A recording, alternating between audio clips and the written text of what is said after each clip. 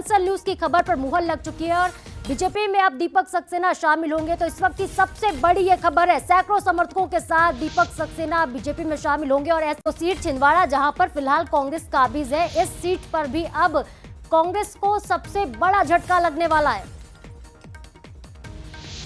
तो कमलनाथ जी के साथ मेरे संबंध अच्छे हैं, दीपक सक्सेना एक तरफ ये भी कह रहे हैं, लेकिन उन्होंने ये भी कहा है कि लोकल स्तर पर व्यवस्थाएं बदल रही हैं।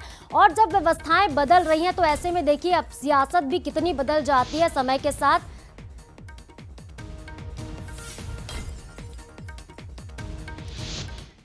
तो मध्य प्रदेश की सियासत में एक बड़ा उलटफेर जो है इस वक्त देखने को मिल रहा है। दीपक सक्सेना अपनी पूरी टीम के साथ इस वक्त पहुंच चुके हैं भोपाल।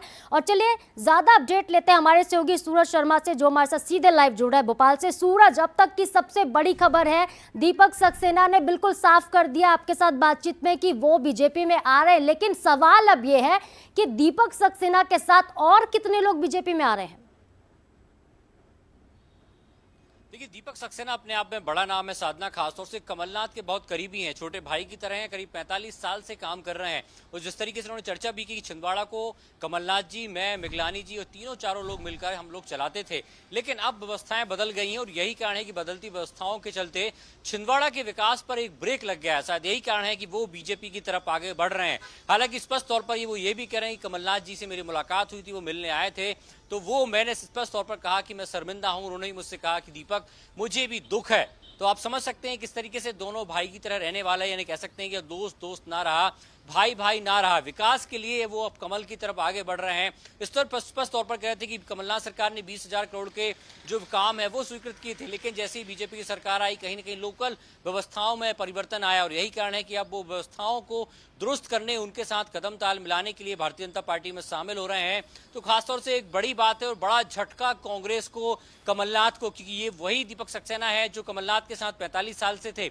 जब 2018 में कांग्रेस की सरकार बनी थी, कमलनाथ मुख्यमंत्री बने थे, उस समय प्रोटेम स्पीकर थे और छिंदवाड़ा से विधायक थे और अपनी सीट कमलनाथ के लिए त्यागी थी, यानी कह सकते हैं एक विधायक से इस्तीफा दिया था और कमलनाथ ने छिंदवाड़ा से उपचुनाव लड़कर वो मुख्यमंत्री बने थे। तो कह सकते हैं कितना करीबी और घनिष्ठ रिश्ता होगा, इसको लेकर हम समझ सकते हैं। लेकिन एक बड़ा झटका कमलनाथ को है, कांग्रेस को है, क्योंकि ये वही आधार स्तंभ है जो कमलनाथ को छिंदवाड़ा में स्थापित करते थे, हर एक काम उनका किया करते थे। लेकिन अब लोकसभा का चुनाव है, नकुलनाथ चुनावी मैदान में, स्पष्ट तौर पर वो कह रहे हैं कि अब मैं कमलनाथ के साथ नहीं बल्कि बीजेपी के साथ हूं और बीजेपी के लिए अब चुनाव प्रचार करूंगा और कभी कमलनाथ के सामने नहीं आऊंगा, क्योंकि उनसे मेरे पारिवारिक रिश्ते हैं, भाई जैसे रिश्ते हैं। तो कुल मिलाकर कांग्रेस को एक बड़ा झटका है।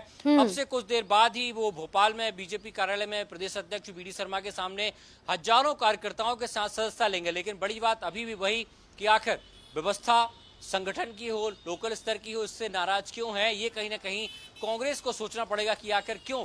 बिल्कुल सूरज, कांग्रेस को सोचना पड़ेगा कि आखिर क्या वजह है कि हाथ में लगातार दरार देखने को मिल रही है। जिस तरीके से लगातार नेता जो हैं वो पार्टी छोड़ रहे हैं, ये एक बड़ा सवाल कांग्रेस के लिए भी। लेकिन इस बीच देखिए छिंदवाड़ा से एक बड़ी खबर आपको बताते हैं, जहां पर कमलनाथ ने एक बार फिर से इमोशनल कार्ड खेला है। सभा में जनता से कमलनाथ ने कहा है कि छिंदवाड़ा मेरे लिए जिंदगी है, मैंने अपनी जवानी छिंदवाड़ा को समर्पित कर दी है, मैं अपनी आखिरी सांस तक छिंदवाड़ा को इसे समर्पित कर दूंगा। तो उन्होंने एक बार फिर से ये भावुक अपील जनता से की है कि आगे का रास्ता हम मिलकर तय करेंगे। देखिए, भले ही कांग्रेस में टूट हो रही हो, छिंदवाड़ा के नेता इधर उधर बिखर रहे हो, लेकिन कमलनाथ जो है वो अपना इमोशनल कार्ड इस बीच लगातार खेलते नजर आ रहे हैं। कमलनाथ ने एक बार फिर से कहा है कि मैंने अपनी पूरी जिंदगी, अपनी पूरी जवानी छिंदवाड़ा को समर्पित कर दी है और मैं अपनी आखिरी सांस भी छिंदवाड़ा को समर्पित कर दूंगा और आगे का रास्ता जो होगा वो हम मिलकर तय करेंगे।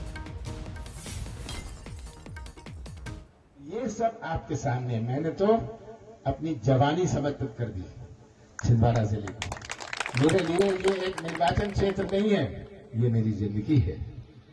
और अंत में एक बात कहना चाहता हूं कि मेरी आखिरी सांस मैं समर्पित करता हूं, आखिरी सांस तक आपको समर्पित करता हूं। आगे का रास्ता हम मिलकर पार करेंगे और एक विकास का एक नया इतिहास बनाएंगे।